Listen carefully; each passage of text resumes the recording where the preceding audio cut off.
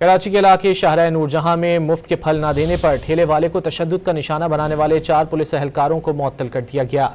SSP central Zeeshan Shafiq Siddiqui ने मुअत्तल एहलकारों के खिलाफ मजीद महकमाना कार्रवाई के लिए इंक्वायरी का हुक्म दे दिया। मुअत्तल एहलकारों में कांस्टेबल जफर, जुल्फ़िकार, नसीम और ड्राइवर अब्दुल्ला शामिल हैं। SSP जिला वस्ती ने कहा कि मोबाइल में मौजूद एहलकारों ने कलंदरिया चौक पर फल वाले से बगैर पैसे दिए फल लिए, फल वाले के मना करने पर उससे बदतमीजी की।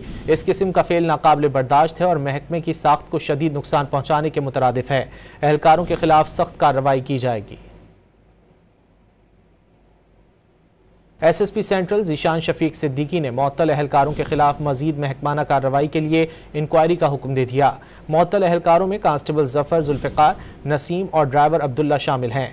SSP जिला वस्ती ने कहा कि मोबाइल में मौजूद एहलकारों ने कलंदरिया चौक पर फल वाले से बगैर पैसे दिए फल लिए, फल वाले के मना करने पर उससे बदतमीजी की। इस किस्म का फेल नाकाबिल बर्दाश्त है और महकमे की साख्त को शदीद नुकसान पहुँचाने के मुतरादिफ है। एहलकारों के खिलाफ सख्त कार्रवाई की जाएगी।